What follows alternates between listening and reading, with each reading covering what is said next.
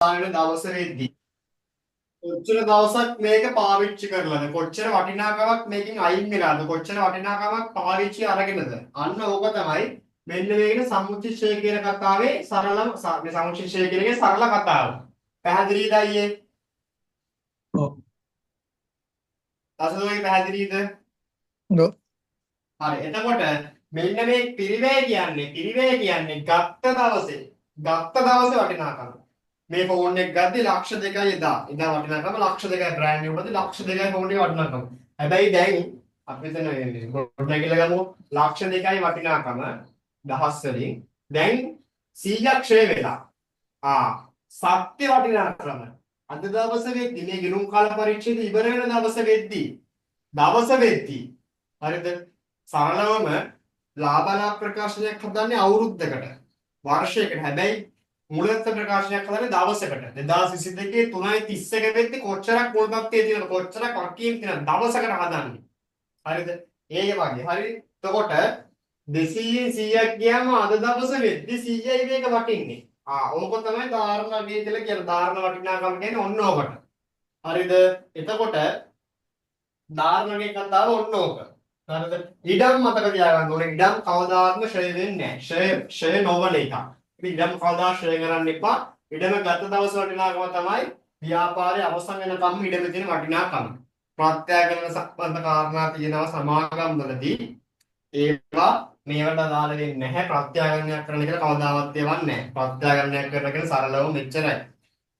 වැලියේෂන් කරනවා කියන්නේ වැලියේෂන් කරන කියන්නේ අද දිනවට එදා ගත්තට 200ට ඔය අම්මලා කියන්නේ මාලයක් පෙන්නලා කියනව නෑ. ඉඩමක් පෙන්නලා තාත්තා කියනවා මම මේ ඉඩම ගත්තේ රුපියල් 80000කට. අක්කර 10ක් මනදී 80000කට. ඒක 80000ක් වටිනාට වටිනා වුණාට දැන් ඒ ඉඩමම ලක්ෂ 80ක් වටිනවා. වැලියේෂන් කරන ලක්ෂ 80කට දැන් වටිනාකම හදා ගන්නවා.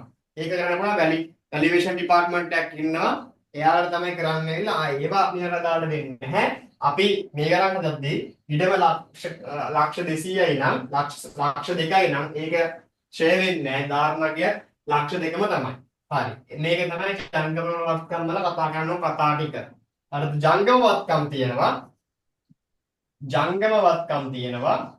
ජංගම වත්කම් වල ජංගම වත්කම් කියන්නේ අවුරුද්දකට වඩා අඩු කාල පරිච්ඡේදයක් හෝ අවුරුද්දක් හෝ අවුරුද්දකට අඩු කාල පරිච්ඡේදයක්. පාවිච්චි කරන වත්කම් කියන්නේ ව්‍යාපාර රඳව ගන්න වත්කම් තියෙන වත්කම්. එතකොට ඒවා අපි දාද්දී අපිට මේක කැමැති පිළිවෙලට දාන්න බෑ.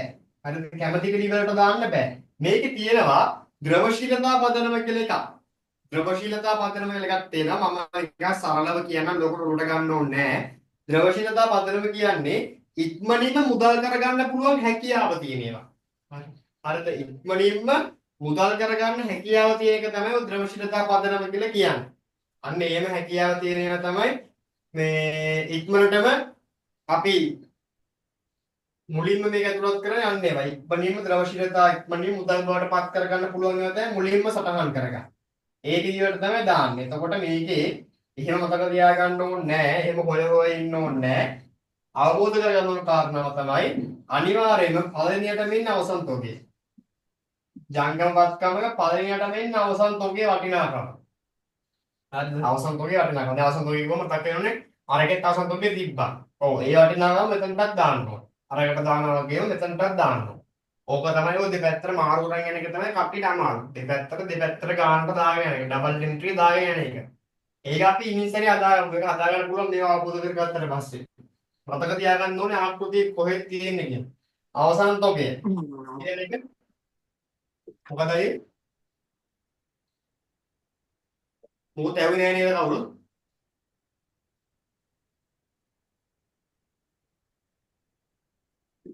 නෑ කියලා හිතන්න. අවසන් තොගය කියන එක එනවා. මේක තමයි මුලින්ම එන්නේ. මේකට පස්සේ මේක එක අනිවාර්ය එපා. මේක තමයි එකට එන්නේ ජංගම වත්කම් වල මොර්ගිය හැදුවා. හරිද? දෙවනියට ණය ගැටිය වෙනවා. මෙතනින් පස්සේ ඕන විදිහකට තියෙන ජංගම වත්කම් එක දාගෙන යන්න පුළුවන්. ජංගම වත්කම් තියෙනවා. මුදල් තියෙනවා. ඊළඟට මුදල් තමයි අන්තිමට එන්නේ. මේක මතක තියාගන්න. මුදල් තමයි අන්තිමට එන වත්කම මුදල්. එක දෙක මේක අනිවාර්යෙන්ම තුන්වෙනියට එන්නේ තුන්වෙනියට නෙමෙයි අවසානෙට ජංගම වත්කම ඔහොම පොළොවට ඉඳන් ගිහලා අවසානෙටම ලියන්න ඕනේ මුදල් කිය ජංගම වත්කම. හරිද? ඊට අමතරව ජංගම වත්කම් කියනවා කලින් ගෙවූ වියදම් ඔන්න ඕවා. කලින් ගෙවූ වියදම් ඉදිරියට ගෙනලා දෙන වියදම් ජංගම වත්කම. අයි කතා කරන අපි මේකෙදි මොකේද ගිණුම්කර සමීකරණෙදි කතා කරලා ඒ කලින් ගෙවූ වියදම අපිට වත්කමක් වෙන්නේ. ඒ වගේ වත්කම් පළයටම අනිවාර්යෙන් මේක ද්‍රවශීලතා පදනම තමයි මේක සංකල්පය මෙහෙම ලියන්න. හැබැයි මේ සංකල්ප වලට දාන ලොකුවට රාශ් කරගන්න ඕනේ නැහැ. අනිවාර්යෙන්ම අවසන් තෝගේ තමයි මුලින්ම දාන්න ඕනේ. සංකල්පයේ ද්‍රවශීලතා පදනම කියන්නේ ඉක්මනින්ම මුදල් කර ගැනීමේ හැකියාව. ඒ මත පදනම් වෙලා තමයි ඒ පිළිවෙලට තමයි මේ ජංගම වත්කම් ලියන්න ඕනේ. ඒ ජංගම වත්කම් ලියනකොට පළවෙනියටම ලියන්න ඕනේ අවසන් තෝගේ දෙවෙනියට ලියන ණයගැතියෝ ඊට පස්සේ වල කැමැති පිළිවෙලකට වාට ලියන්න යන්න පුළුවන් ඉතුරු තියෙන ජංගම වත්කම් ටික. හැබැයි අවසානට අනිවාර්යයෙන්ම මුදල් කියන ජංගම වත්කම එන්න ඕනේ. ඕක තමයි මූලදත්ත ප්‍රකාශනයේ පළවෙනි කොටස. පළවෙනි කොටස නැත්නම් වත්කම් කොටස. වත්කම් සමාන හිමිකම් තර වක්කී ඉන්නේ. වත්කම් කොටස ඔන්න ඔය විදිහට තමයි එන්නේ.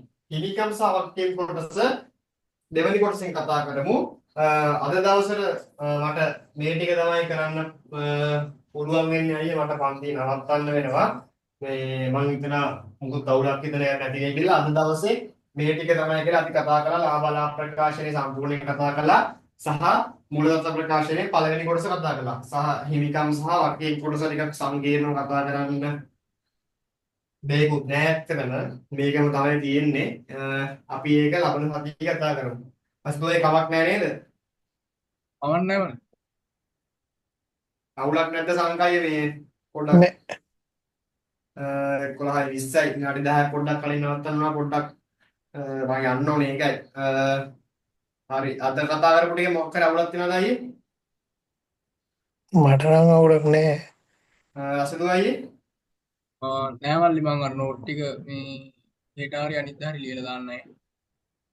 මට හදලා දාන්න මේ ටික නෝට් එක. අපි ඊට පස්සේ ඊළඟ දවසේ ක්ලාස් එකෙන් අපි කතා කරමු මේකෙන් මේ සම්පූර්ණ මුදල් ප්‍රකාශන විනාඩි තව 15ක් 20ක් ඇයි ඉවර කරන්න. ඒක ඉවර කරලා අපි කතා කරමු. ඊට පස්සේ කතා කරමු මේකෙන් ගණන් හදන්නේ කොහොමද? ගණන් ටික හදන්නේ කොහොමද? පළවෙනි ගාන අපි ලබන සතියේ හදන්න පටන් ගමු. එහෙනම් thank you class එකට join වුණාට. මල්ලි ඔව් මේ ඔයාලට ෆ්‍රයිඩේ කරන්න අමාරුයි. නෑ අයියේ ෆ්‍රයිඩේ කරන්න පුළුවන්. ලබන සතියේ අපි ෆ්‍රයිඩේ කරමු. මේ ඔයාලට මේ කීයටද පටන් ගන්න පුළුවන්? 9:00ටමද නැත්නම් කලින් පටන් ගන්න පුළුවන්? නෑ කලින් පටන් ගන්න පුළුවන්. මේ එදා ෆ්‍රයිඩේ නම් පටන් ගන්න බැරුණේ මොකක් හරි දා මට තිබ්බ වැඩක්. ඕ ඒක හරි. ඔයාට අවුරුදු 30ක් හරි තිබ්බනේ. ඔව් ඒ මොකක් හරි දීපෙන් දැන් මට නිදා ගන්න බැරුණා නැත්තම් මට පුළුවන් අය කලින් පටන් ගන්න. කීයටද මල්ලි පුළුවන්? මට අයියා 6ට උනත් පුළුවන්. ආයෙත් ලසිඳුර බෑනේ. දැන් 6ටත් අවුලක් නැහැ. ඔයා උදේවරුේ නැද්ද ගෙදර? උදේවරුවත් ගෙදර ඉන්නවා. උදේවරුත් ගෙදර ඉන්න අවුලක් නැහැ.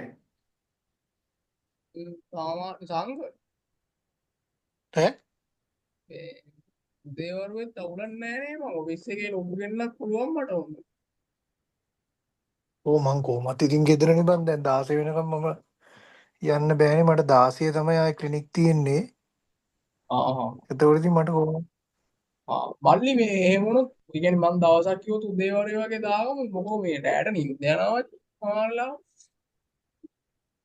හරිය යාළුවා උදේවරු දාමු. නෑ නෑ නෑ ඉතින් ලබන සතියේ උදේ දාන්න නාම. නෑ කොහොමත් මල්ලි සිකුරාදා රෑයක කරමු. හරිද? දැන් අමතරව ඔයා කියවන අමතරව කරන්න ඕන කියලා. ඔව් අයියේ දැන් මේ මෙහෙම එකක් කියන්න ඕන අමතරව අපි ක්ලාස් එක තුනක් කරනවා ටිකක් මොකද මේක තීරණවනේ. ටිකක් වෙලා යන පාඩමක්. හොඳට කරන්න ඕන පාඩමක්. මේක බගින් කරලා දාලා තේරුම් ගන්න ගණන් දෙකක් අතර ඉවර ගන්න පුළුවන් තේරුම් ගන්න නැහැ කරලා. එහෙනම් අමතර ක්ලාස් එක තුනක් දාලා අපි කරමු. ඔව් ඒක එහෙම අපි උදේවරු කරමු අයියේ. උදේ දාමු. උදේවරුවක දාගමු එන. ඔව් අනිදාගෙන කරමු අපි. ඔව් ඒක තමයි මං එහෙම අයියේ. සිකුරාදා උදේ වුණත් අවුලක් නැහැ ඉතින්. ඔව් අවුලක් නැහැ අපි එහෙම කරමු. ලසිඳුර දැන් කොහොමත් ඔෆිස් එකේ නම් පුළුවන්. මං ගෙදර නිසා මට අවුලක් නැහැ. ඕ මටත් එහෙම උදේ මේ කියන්නේ උදේ අර ඔබේ කවුලක් නැහැ. මං කලින් මේ දවසක් කලින් කිව්වනම් ඇතිනේ. අවුලක් නැහැ ඒක හරි අර දැන් ඔෆිස් එකේ වැඩත් එක්ක මම බැලන්ස් එකක් බලලා කියන්නම් අවුලක් නැහැ නේ. අවුලක් නැහැ අවුලක් නැහැ ආ හරි මම ලේන එහෙම කරමු. හරි හරි එහෙනම් ක්ලාස් එකට ජොයින් වුණාට thank you එහෙනම් good night good sun night වල සන්නයි හොඳයි. හරි